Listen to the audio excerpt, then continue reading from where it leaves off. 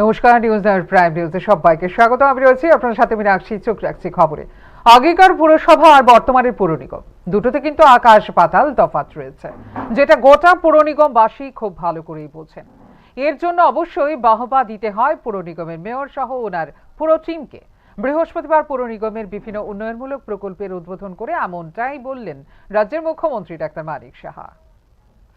Agartala municipal কর্পোরেশনের বিভিন্ন উন্নয়নমূলক প্রকল্পের উদ্বোধন হলো বৃহস্পতিবার। উদ্বোধন করলেন রাজ্যের মুখ্যমন্ত্রী ডক্টর মানিক সাহা। মহতী এই উদ্যোগে মুখ্যমন্ত্রীর সঙ্গে ছিলেন মেয়র তথা বিধায়ক দীপক মজুমদার, ডেপুটি মেয়র মনিকা দাস দত্ত সহ অন্যান্যরা। এই উন্নয়নমূলক প্রকল্পগুলো পুর নিগমের ও জনগণের স্বার্থে কাজে লাগবে বলেই জানালেন মুখ্যমন্ত্রী। তিনি মিডিয়ার মুখোমুখি হয়ে স্পষ্টভাবে বললেন, আগেকার পুরসভা আর বর্তমানের পুর নিগম দুটির মধ্যে আকাশ পাতাল তফাৎ রয়েছে। যেভাবে মেয়র দীপক মজুমদার প্রত্যেক কর্পোরেটরদের নিয়ে পুর নিগম চালাচ্ছেন, তাতে পুরবাসী সবাই খুব খুশি। বর্তমানে নতুন ভাবে সেজে উঠছে আগরতলা।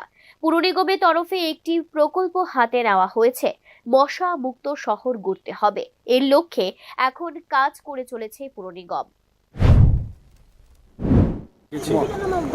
এবং আগে যে মিউনিসিপ্যালিটি ছিল, পুরসভা গঠন আগে, এর আগে কিন্তু মিউনিসিপ্যালিটি ছিল। তখন থেকে আমরা দেখেছি যে আগরতলা শহরের যে অবস্থা ছিল আর এখনের যে আগরতলা শহর, তা আকাশ পাতাল কিন্তু তফাৎ। এবং আমাদের মাননীয় মেয়র এবং ওনার ফুল টিম, অন্যান্য কর্পোরেটররা নিয়মিত, কারণ আমাদের মুদ্রা কথা হচ্ছে যে মানুষের দ্বারা যেহেতু নির্বাচিত, মানুষকে ভুলে গেলে চলবে না। তাদের যে আশা আকাঙ্ক্ষা, তাদের যে ইচ্ছা পরিষেবা পাওয়ার ক্ষেত্রে সেটা যেন ফুলফিল হয়, সেই দিকে নজর ওনারা রাখেন। কিন্তু আরও তাদেরকে উৎসাহিত আমি করেছি, বলেছি অনেক কিছু, যে ওনারা যেন যেভাবে কাজ চলছে, আমাদের সরকারও তাদেরকে আর্থিকভাবে সাহায্য করছি, মানসিকভাবে বা অন্যান্য যেভাবে ওনাদেরকেও সাহায্য করছে। আলটিমেটলি মাননীয় প্রধানমন্ত্রীজি যে চিন্তা ভাবনা করেন যে একটা শহর কিন্তু একটা ভিত্তি যে কোনো রাজ্যের জন্য। প্রথমেই মানুষ যখন আসে একটা শহরে আসে, শহর থেকে মানে এখান থেকে শুরু হয় রাজ্যের বিভিন্ন প্রান্তে যাওয়া। তো শহরগুলোকে একটু ঐতিহ্য যেসব জায়গাগুলো আছে সেটা। মানুষের ভোট পেয়ে কর্পোরেটররা তাদের দায়িত্ব পেয়েছেন, কাজেই মানুষ যাতে সব ধরনের সুযোগ সুবিধে পায়, পুর নিগমের সেদিকে প্রত্যেক কর্পোরেটরদের নজর রাখতে বললেন মুখ্যমন্ত্রী। ব্যুরো রিপোর্ট, নিউজ নাও। প্রধানমন্ত্রী ছাত্রদের কথা সবচেয়ে বেশি ভাবেন, আর তাই ছাত্রদের দাবি দেওয়াকে গুরুত্ব দেওয়া হচ্ছে এবং একটি স্থায়ী সমস্যা সমাধানের কথা ভাবা হচ্ছে। ছাত্রদের কোমলমতি মনকে বেপথে উস্কানি না দিয়ে ছাত্রদের দাবিগুলো পূরণে দলমত নির্বিশেষে সবাই মিলে এগিয়ে আসুক, সাংবাদিক সম্মেলনে বললেন মন্ত্রী সুশান্ত চৌধুরী। দেশ যখন নিট পরীক্ষার ইস্যুতে উত্তপ্ত, তখন দলের নির্দেশে মুখ খুললেন রাজ্য মন্ত্রিসভার সদস্য সুশান্ত চৌধুরী। বৃহস্পতিবার আগরতলার দলীয় কার্যালয়ে সাংবাদিকদের ডেকে এই বিষয় নিয়ে আলোচনা করেন। আলোচনার প্রথমেই তিনি রাজ্যে সার্কিট হাউসে বিক্ষোভরত পড়ুয়াদের সঙ্গে বিরোধী দলনেতা জিতেন্দ্র চৌধুরী দেখা করা ও সুদীপ রায় বর্মনের তাদের উস্কে দেওয়ার ঘটনায় বিরক্তি প্রকাশ করেন। তিনি জানান, দেশে যখন শান্তি বিরাজ করছে, তখন ভবিষ্যৎ প্রজন্মকে উস্কে দিয়ে দেশকে অশান্ত করার একটা চেষ্টা চলছে, আর এতে ছাত্রদের দাবিকে ব্যবহার করা হচ্ছে। তিনি আরো জানান, প্রধানমন্ত্রী সব সময় ছাত্রদের কথা ভেবে তাদের সমর্থনে কাজ করে যাচ্ছেন, তাই সব সময় ছাত্রদের বিষয়ে আলোচনা করার জন্য কংগ্রেস নেতৃত্বদের আহ্বান জানাচ্ছেন। কিন্তু কংগ্রেস নেতৃত্ব সেই আহ্বানে পাত্তা না দিয়ে বরং প্রধানমন্ত্রীর বাসভবনের সামনে ধর্ণা দিচ্ছেন, যা অনুভিপ্রেত। অর্থনৈতিকগত যে কোনো সমস্যা তৈরি হয়, শাসক দলকে বিরোধী দলের থেকে বলা হয় যে পার্লামেন্টে এটা নিয়ে ডিবেট করা হোক, পার্লামেন্টে এটা নিয়ে আলোচনা করা হোক। যদি পার্লামেন্টের সেশন নাও থাকে, তবে বিশেষ অধিবেশন, স্পেশাল সেশন ডেকে সে নিয়ে পুঙ্খানুপুঙ্খভাবে আলোচনা করা হোক। বিরোধী দল থেকে শাসক দলের কাছে, স্পিকারের কাছে সেটা দাবি জানানো হয়। আশ্চর্যের বিষয়, বর্তমানে দিল্লিতে লোকসভার সেশন প্রশ্নপত্র ফাঁস নিয়ে শাসক দল এবং সরকারকে অগণতান্ত্রিক পদ্ধতিতে বৈদেশিক শক্তির সহযোগিতা এবং দেশে একটা অস্থিরতা তৈরি করার লক্ষ্যে, কায়েম করার লক্ষ্যে বিশেষ করে কংগ্রেস দল ঘোলা জলে মাছ ধরার জন্য ময়দানে নেমেছে। আমরা কি দেখছি? এদিন দলের নির্দেশে জনপ্রতিনিধিদের সঙ্গে বসে ছাত্রদের দাবি দেওয়া নিয়ে কি রকম ব্যবস্থা নেওয়া হচ্ছে তা নিয়ে আলোচনা করা হয়। পাশাপাশি ছাত্রদের কাছে যেন সুস্পষ্ট বার্তা যায় সেই নিয়েও আলোচনা হয়। এদিকে রাজ্যের বিভিন্ন পরীক্ষায় প্রশ্নপত্র ফাঁস হওয়ার অভিযোগ নিয়েও কথা বলেন তিনি সবাইকে আশ্বস্ত করেন রাজ্যে নিয়ম মেনে যোগ্যতার ভিত্তিতে চাকুরি হচ্ছে আর সরকার সেদিকে কড়া নজর রাখছে। ফিউরো রিপোর্ট, নিউজ নাও। প্রয়াত হলেন ত্রিপুরা রাজ্যের পুলিশ মহানির্দেশক অনুরাগ ধ্যানকর। সরকারি ঘোষণা অনুযায়ী তিনি নাকি আত্মহত্যা করেছেন, তবে তিনি এই বিষয়টা মানতে নারাজ প্রদেশ কংগ্রেস। তাদের দাবি ডিজিপির মৃত্যু রহস্যজনক, এর সঠিক তদন্ত দরকার। এই দাবিকে ঘিরে বৃহস্পতিবার মুখ্যমন্ত্রী বাসভবনের সামনে বিক্ষোভ প্রদর্শন করল কংগ্রেস নেতাকর্মীরা। আচমকা কেন পুলিশ সদর দপ্তরে আত্মহত্যা করবেন ডিজিপি অনুরাগ ধ্যানকর? এই প্রশ্নটা এখন গোটা রাজ্যে চর্চিত বিষয়। যদিও ফরেনসিক টিম যাচাই করে ডিজিপির মৃত্যুকে সুইসাইড বললেও বিষয়টাকে এত সহজে গ্রহণ করতে পারছেন না অনেকেই। একই ভাবনা প্রদেশ কংগ্রেসেরও। ডিজির মৃত্যু ঘিরে একটা রহস্য রয়েছে। কি সেই রহস্য? সেটা জানতেই রাজ্যের মুখ্যমন্ত্রীর ওপর ক্রমাগত চাপ সৃষ্টি করে চলেছে বিরোধী দলগুলো। এর মধ্যে বৃহস্পতিবার প্রদেশ কংগ্রেসের তরফে মুখ্যমন্ত্রীর বাসভবনের সামনে বিক্ষোভ প্রদর্শন করা হলো। প্রদেশ কংগ্রেসের দাবি ডিজির মৃত্যুর রহস্য উন্মোচন করতে উচ্চ আদালতের একজন বিচারপতির তত্ত্বাবধানে অনুসন্ধান টিম গঠন করা হোক। এই টিমে মূল প্রধান থাকবেন খোদ বিচারপতি, তবেই তদন্ত সঠিকভাবে হবে বলে দাবি কংগ্রেসের। এদিনের এই বিক্ষোভ কর্মসূচিতে উপস্থিত ছিলেন প্রদেশ কংগ্রেসের সভাপতি আশিস কুমার সাহা, বিধায়ক সুদীপ রায় বর্মন সহ কংগ্রেস কর্মীরা। প্রদেশ কংগ্রেসের দাবি একটাই, এই রহস্যের উন্মোচন হতে হবেই। ফিউরো রিপোর্ট, নিউজ নাও। গত সোমবার রাজ্যের সে সময়ের পুলিশ মহানির্দেশকের অস্বাভাবিক মৃত্যু ঘটনা গোটা দেশ স্তম্ভিত। বারবার ঘটনার সুষ্ঠু দাবি জানাচ্ছে বিরোধীরা। এবার কংগ্রেস বিধায়ক ঘটনার সুষ্ঠু দাবিতে সোচ্চার হলেন। ত্রিপুরা রাজ্য পুলিশের মহানির্দেশক অনুরাগ ধ্যানকরের অস্বাভাবিক মৃত্যু নিয়ে সরব হলেন কৈলাসহরের বিধায়ক বিজিত সিনহা। তিনি এই ঘটনা নিরপেক্ষ ও স্বচ্ছ তদন্তের দাবি জানিয়ে বলেন, একজন স্বনামধন্য পুলিশ কর্মকর্তার মৃত্যু নিয়ে এখনো পর্যন্ত স্পষ্ট তথ্য সামনে না আসায় সাধারণ মানুষের মনে নানা প্রশ্ন তৈরি হয়েছে। এখানে তো ফটো তোলা উচিত ছিল, প্রত্যেকের পকেটে তো মোবাইল আছে, তো এইসব দেখানো উচিত জনগণকে যে এইভাবে মরতেই তো পারে, ওটা আত্মহত্যাও করতে পারে। কেন করলো, কিভাবে করলো, এটা তো রাজ্যের মানুষ জানতে চায়, শুধু রাজ্যের না সারা দেশ। এবং আমরা হাইকোর্টের সাংবাদিকদের মুখোমুখি হয়ে বিধায়ক বলেন, যদি এটি আত্মহত্যার ঘটনা হয়ে থাকে তবে কিভাবে এবং কোন পরিস্থিতিতে তা ঘটল সেই বিষয়ে জনগণকে অবহিত করা উচিত। তিনি হাইকোর্টের বিচারপতির নেতৃত্বে তদন্তের দাবি জানিয়ে দেশবাসীর হয়ে মুখ্যমন্ত্রীর কাছে জবাব চাইলেন। শুধু মনে হয় যদি কিন্তু আছে, যার কারণে গভর্নমেন্ট থেকে তড়িঘড়ি কোনো ডিসিশন নিচ্ছে না, নেওয়া উচিত, খুব নেওয়া উচিত।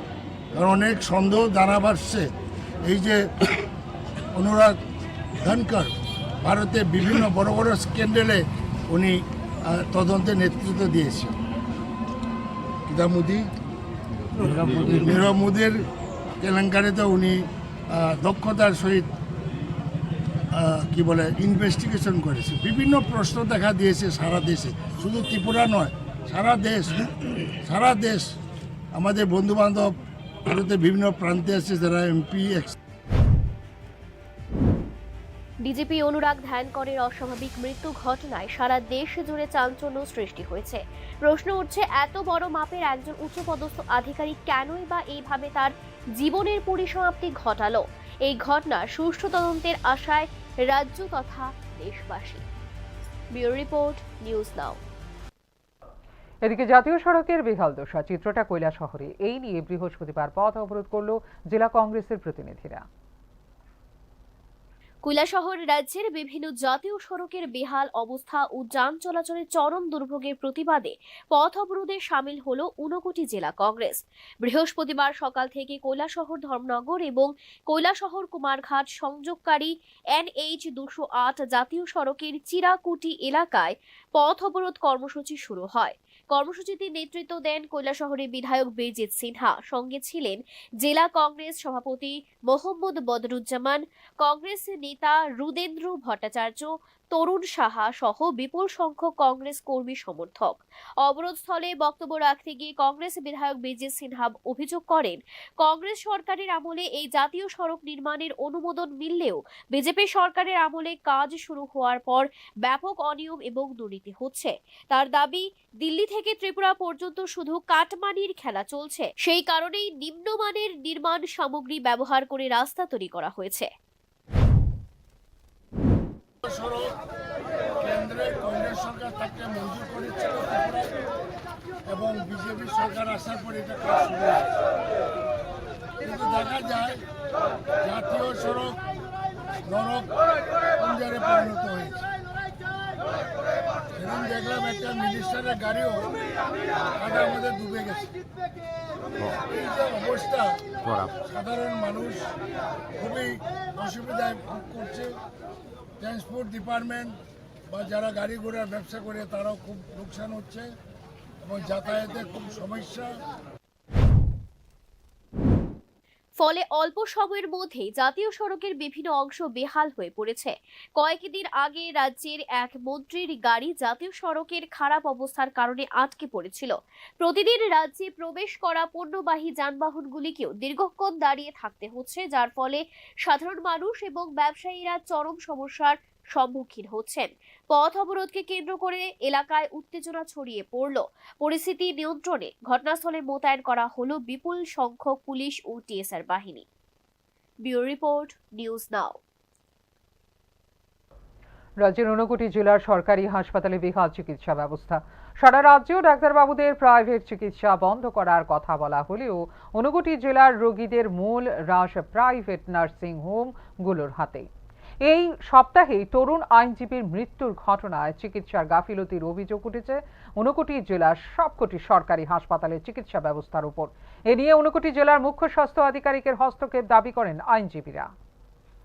নচিকেতা চক্রবর্তীর সেই গানটা মনে আছে?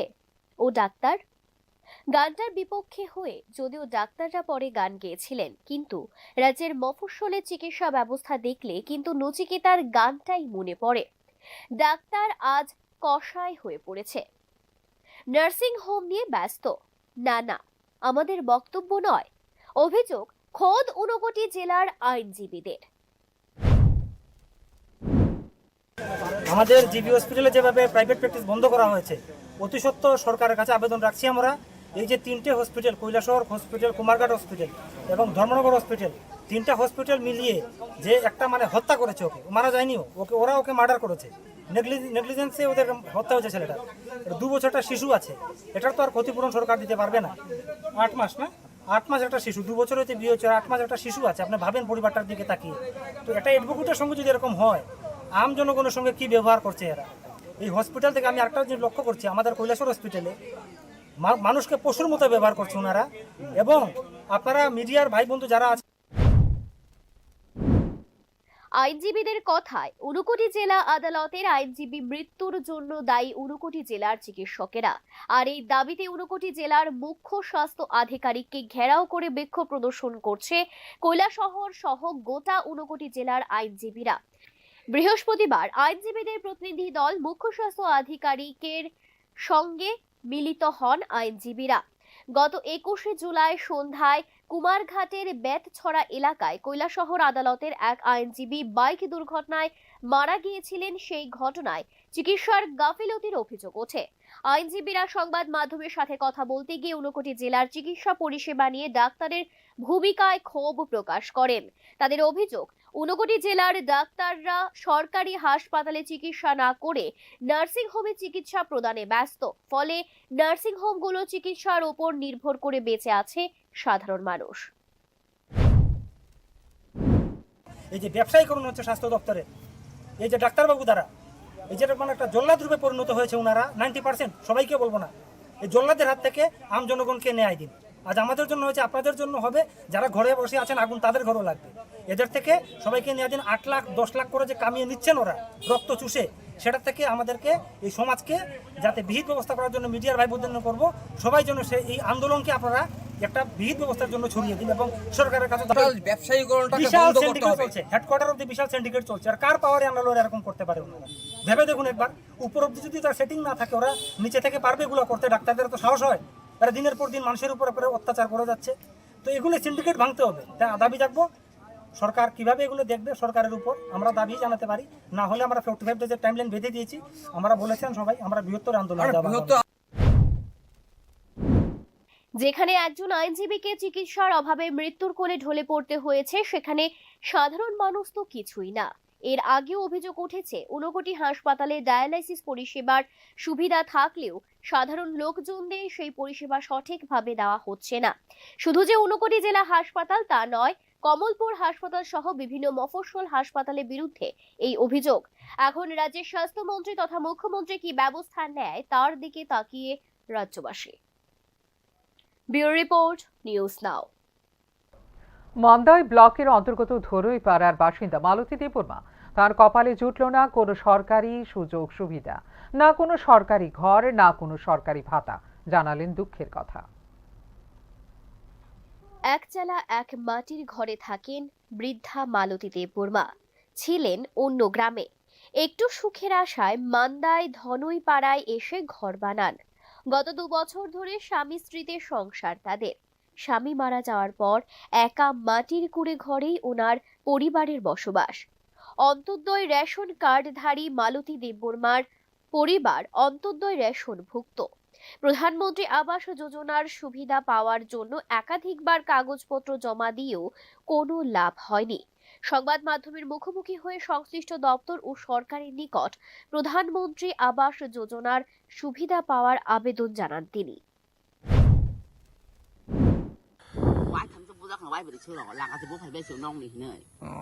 มาแต่มังขายกี่ดอกก็มายาโคมาสมัยขอบอยไอ้ตัวมันบาสิเข็มนะสิปาบุมายขอ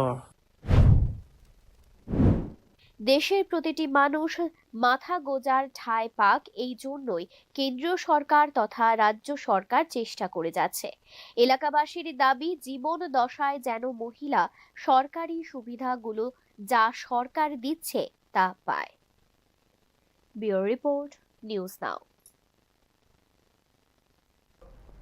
অভিভাবক মন্ত্রী হিসেবে ধলাই জেলা শাসক কার্যালয়ে অনুষ্ঠিত প্রথম প্রশাসনিক বৈঠকে উপস্থিত ছিলেন মন্ত্রী রতনলাল নাথ। বৈঠকে জেলার সকল স্তরের জনপ্রতিনিধি এবং বিভিন্ন লাইন ডিপার্টমেন্টের কর্মকর্তারা উপস্থিত থেকে জেলার উন্নয়নমূলক প্রকল্প, প্রশাসনিক কার্যক্রম ও জনকল্যাণমূলক বিষয় নিয়ে বিস্তারিত পর্যালোচনা আলোচনা করেছেন। জেলার বর্তমানে চলা বিভিন্ন সমস্যা নিয়ে এবং তার সমাধানে উপযুক্ত ব্যবস্থা নেওয়া নিয়ে আলোচনা করা হয়।